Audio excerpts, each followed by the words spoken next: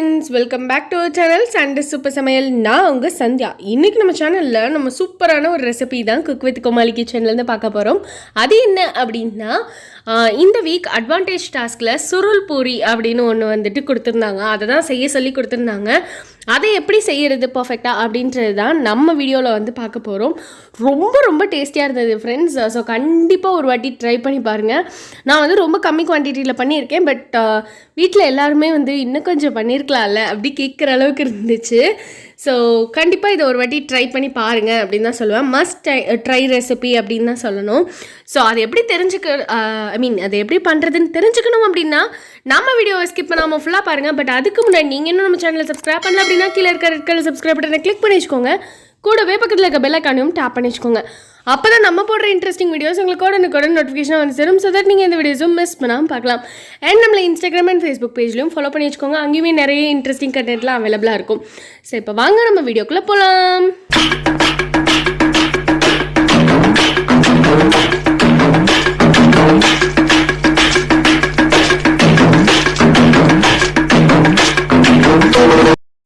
Okay, இதை செய்கிறதுக்கு நான் ஃபர்ஸ்ட் ஒரு மிக்சிங் பவுல் எடுத்துக்கிறேன். அதில் நான் வந்து 1/4 கப் மெஷர்மெண்ட் இருக்குல்ல, அந்த மெஷரிங் கப்பில் 1 கப் ஃபுல்லாக எடுக்கிற மாதிரி மைதா மாவு எடுத்திருக்கேன். நீங்கள் இதுக்கு பதிலாக கோதுமை மாவு வேணும் அப்படின்னா எடுத்துக்கலாம். பட் டேஸ்ட் டிஃப்ரென்ஸ் கண்டிப்பாக இருக்கும்.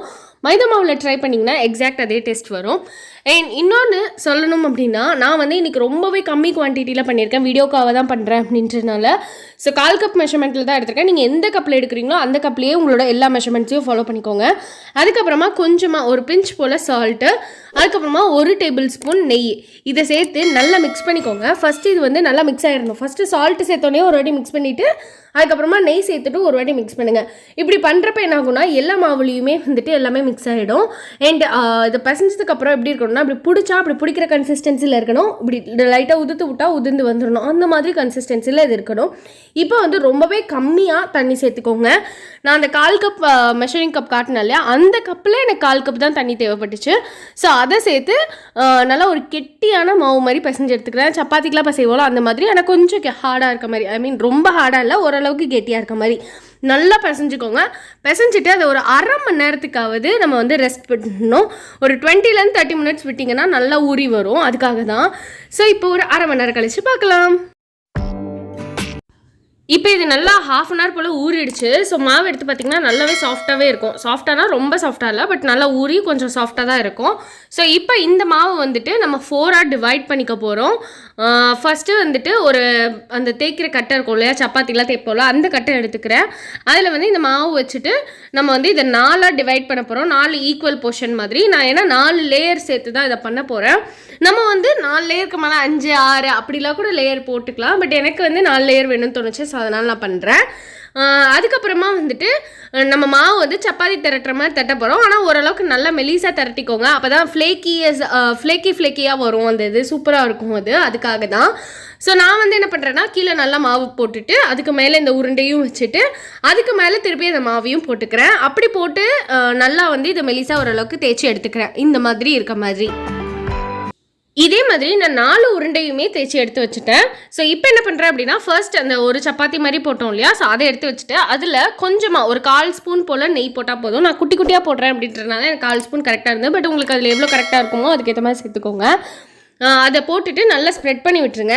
அதுக்கப்புறமா நம்ம மைதா மாவு இருக்கு இல்லையா, அதை மேலே அப்படி ஸ்ப்ரிங்கிள் பண்ணி விட்டு நல்லா அது மேலே ஸ்ப்ரெட் பண்ணி விட்டுருங்க. இப்போ இந்த மாதிரி பண்ணதுக்கப்புறமா நம்ம அடுத்த லேயர் ஆஃப் அந்த திரட்டின அந்த சப்பாத்தி மாதிரி இருக்கு இல்லையா, அதை வைக்க போகிறோம். ஸோ இதை வச்சுட்டு இதுக்கு மேலேயும் நம்ம அதே தான் பண்ண போகிறோம். கொஞ்சமாக நெய் போட்டு அதை ஸ்ப்ரெட் பண்ணி விட்டுட்டு அதுக்கு மேலே திருப்பி மாவு போட்டு அதை ஸ்ப்ரெட் பண்ண போகிறோம். திருப்பி அடுத்தது வைக்க போகிறோம். திருப்பி அதை அப்படியே ரிப்பீட் பண்ணிகிட்டே இருக்க போகிறோம். ஸோ இந்த மாதிரி பண்ணுறப்ப நம்ம எத்தனை லேயர் வைக்கிறோமோ அத்தனை லேயர் வச்சுக்கலாம். நான் 4 லேயர்ன்றதுனால நான் 4 லேயர் வச்சுக்கிறேன். வச்சுட்டு மேலே 4ஆவது இது வச்சதுக்கு அப்புறமாவும் கொஞ்சமாக நெய் போட்டு அதை ஸ்ப்ரெட் பண்ணி விட்டுட்டு அதுக்கப்புறம் நல்லா நிறையவே வந்துட்டு அந்த மைதா மாவு போட்டு நல்லா ஸ்ப்ரெட் பண்ணி விட்டுக்கலாம். ஏன்னா அதுக்கப்புறம் நம்ம திரட்ட போகிறோம். அதனால ஸோ இந்த மாதிரி பண்ணுறதுனால ஃப்ளேக்கினஸ் கரெக்டாக வரும். அதுக்காக தான். ஸோ இந்த மாதிரி 4 லேயரும் பண்ணதுக்கப்புறமா கொஞ்சம் திரட்டிக்கலாம். ரொம்ப அழுத்தி ப்ரெஷர் கொடுத்து திரட்டாதீங்க. நம்மளோட அந்த லேயர்ஸ் இருக்கு இல்லையா, அது வந்து அப்படியே ஒன்றா மர்ஜ் ஆயிரும். அதனால் ஓரளவுக்கு ப்ரெஷர் கொடுத்து நம்ம திரட்டினா கரெக்டாக இருக்கும். இந்த மாதிரி சைஸில் வரைக்கும் திரட்டி எடுத்துக்கோங்க. இப்போ நான் இதை வந்துட்டு ஒரு கார்னர்லேருந்து ரோல் பண்ண போகிறேன். எந்த இடத்துல குட்டியாக இருக்கும் அந்த இடத்துலேருந்து ரோல் பண்ணுங்கள். ஸோ நம்மளுக்கு வந்து லேயர்ஸ் நிறைய கிடைக்கிற மாதிரி இருக்கும். ஸோ நல்லாவே வந்து கிட்ட கிட்ட கிட்ட கிட்ட கிட்ட அப்படி ரோல் பண்ணுற மாதிரி ரோல் பண்ணிக்கோங்க. ரொம்ப கேப் விட்டு பண்ணாமல் ஃபுல்லாக முக்கால்வாசி இந்த மாதிரி ரோல் பண்ணதுக்கப்புறமா கொஞ்சமாக வாட்டர் தொட்டு அந்த கார்னர்ஸ்லாம் அப்ளை பண்ணிவிட்டு அதுக்கப்புறம் ரோல் பண்ணுங்கள். இப்படி பண்ணுறனால நல்லா சீல் ஆயிரும். நம்ம பொரிக்கும் போது பிரிஞ்சு வராது. இப்போ இந்த மாதிரி நல்லா ரோல் பண்ணதுக்கப்புறமா கத்தி வச்சு நம்மளுக்கு வேண்டிய சைஸஸ்லாம் வந்து நம்ம கட் பண்ணிக்கலாம். நான் வந்து குட்டி குட்டியாக கட் பண்ணுறேன். அப்போ தான் புரிஞ்சு வரும்போதும் நல்லா ஃப்ளேக்கியாக நல்லா கிறிஸ்பியாக வரும். அதுக்காக அண்ட் மோரோவர் இந்த இது வந்து இந்த சைஸில் இருந்தால் பார்க்கவும் க்யூட்டாக இருக்கும் அப்படின்றதுக்காகவே தான் இந்த மாதிரி ஃபுல்லாக கட் பண்ணி வச்சுக்கோங்க.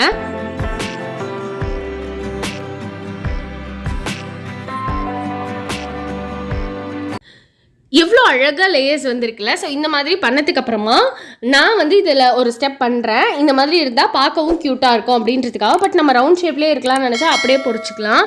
ஸோ இதை வந்துட்டு கீழே வச்சுட்டு நம்மளோட ஒரு ஃபிங்கரை வச்சு லைட்டாக ப்ரெஸ் கொடுத்தீங்க அப்படின்னா அது ஒரு மாதிரி நீட்டமாக வரும். ஸோ பார்க்கவும் க்யூட்டாக இருக்கும். இப்போ ஒரு பாத்திரம் அடுப்பில் வச்சுருக்கேன். அதில் அதே 1/4 கப்பு அளவுக்கு சர்க்கரை சேர்த்துக்கிறேன். நம்ம மாவு எவ்வளோ சேர்த்தோமோ அதே அளவுக்கு சர்க்கரை. எந்த கப்பில் சர்க்கரை எடுத்தீங்களோ அந்த கப்பில் 3/4 கப்பு தண்ணி இதை சேர்த்துக்கோங்க. நல்லா இது வந்து கரைஞ்சி சர்க்கரை கரைஞ்சி பிசு பிசுன்னு ஆகும்ல, அந்த மாதிரி ஆகி ஒரு சிறு கம்பி பதம் வரும் இல்லையா, லைட்டாக கம்பி வர மாதிரி தெரியும் இல்லையா, அந்த ஸ்டேஜ் வரைக்கும் இருக்கணும். அதை தாண்டி போயிடக்கூடாது. ஸோ அந்த ஸ்டேஜ் வரைக்கும் வச்சுக்கோங்க. அண்ட் இந்த ஸ்டேஜ் வந்ததுக்கப்புறமா நான் இதில் கொஞ்சமாக லெமன் ஜூஸ் ஆட் பண்ணிக்கிறேன். அது கூடவே நான் கொஞ்சமாக ஏலக்காவை வந்து உடச்சி இதுக்குள்ளே போட்டுக்கிறேன். நீங்கள் ஏலக்காய் பவுடர் இருந்தால் அப்படி கூட சேர்த்துக்கலாம். இப்போ எண்ணெய் ஓரளவுக்கு சூடாகணும். சூடானதுக்கு அப்புறமா நம்ம செஞ்சு வச்சுருக்க இந்த ரோல்ஸ் இருக்கு இல்லையா, அதை உள்ளே போட்டு நல்லா பொரிச்சு எடுத்துக்கலாம். எண்ணெய் வந்து ரொம்ப ஓவர் ஹாட்டாகவும் இருக்கக்கூடாது, ரொம்ப கம்மியாகவும் இருக்கக்கூடாது. உள்ளே போட்டோன்னா பபிள்ஸ் வரும் இல்லையா, அந்த ஸ்டேஜில் இருக்க மாதிரி வச்சுக்கோங்க. நல்லா ஒரு 4 மினிட்ஸ் அந்த மாதிரி ஆகும். நல்லா கோல்டன் ப்ரௌன் வர வரைக்கும் நம்ம வந்து இது பண்ணி எடுத்துக்கணும். அப்போ தான் உள்ளே இருக்க மைதா எல்லாமே நல்லா குக்காகி வரும், ஃப்ளேக்கியாக வரும்.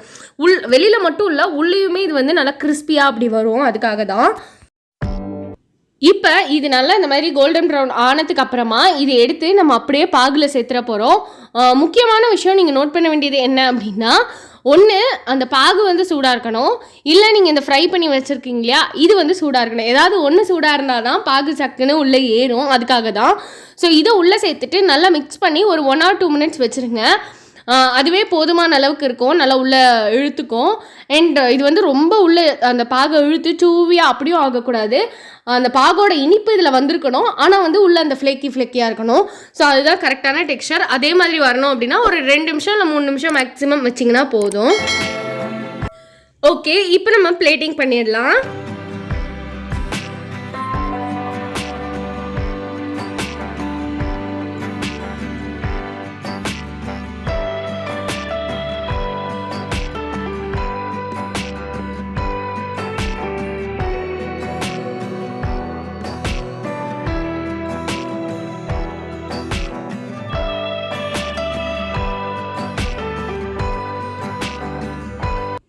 ஓகே ஃப்ரெண்ட்ஸ், இந்த வீடியோ உங்களுக்கு பிடிச்சிருக்கோம் அப்படின்னு நான் நம்புகிறேன். ஏன்னா வந்துட்டு ரொம்பவே சூப்பராக இருந்தது. கண்டிப்பாக ட்ரை பண்ணி பாருங்கள். ட்ரை பண்ணி பார்த்துட்டு எப்படி இருக்குன்றதை கீழே கமெண்ட்டில் ஷேர் பண்ணுங்கள். அண்ட் எனக்கு ஒரு மோட்டிவேஷனுக்காக ஒரு பெரிய தம்ஸ் அப் கொடுத்துட்டு உங்கள் ஃப்ரெண்ட்ஸ் அண்ட் ரிலேட்டிவ்ஸ் எல்லாருக்குமே ஷேர் பண்ணி விட்டு இந்த வீடியோ பற்றின உங்களை கருத்துக்களையும் கீழே கமெண்ட்டில் ஷேர் பண்ணிடுங்க. அப்போ தான் இது எனக்கும் இன்னும் கொஞ்சம் மோட்டிவேட்டிங் ஃபேக்டராக இருக்கும். அண்ட் நான் இதே மாதிரி நிறைய இன்ட்ரெஸ்டிங்கான குக் வித் கோமாளி ரெசிபீஸ்லாம் ட்ரை பண்ணியிருக்கேன். ஸோ அது எல்லாத்தையுமே மிஸ் பண்ணாமல் பாருங்கள். நம்ம சேனலில் குக் வித் கோமாளி ரெசிபீஸ்க்காக தனி பிளேலிஸ்ட்டே இருக்குது, அதோட லிங்க்கும் அண்ட் ஒவ்வொரு ரெசிபியோட லிங்க்குமே கீழே டிஸ்கிரிப்ஷன் பாக்ஸில் கொடுக்குறேன். ஸோ தட் நீங்கள் எந்த ரெசிபி வேணுமோ போய் செக் அவுட் பண்ணிக்கோங்க. அண்ட் எல்லாத்தையுமே வீட்டில் ட்ரை பண்ணி ஜாலியாக இந்த லைஃப்பை என்ஜாய் பண்ணுங்கள். அண்ட் மறக்காமல் லைக் பண்ணிடுங்க, கமெண்ட் பண்ணிடுங்க, சப்ஸ்கிரைப் பண்ணிடுங்க அண்ட் ஷேர் பண்ணிடுங்க. இதோட ஒரு அடுத்த வீடியோவில் உங்களை மீட் பண்ணுறது வரைக்கும் டாடா பாய் ஃப்ரம் சந்தியா.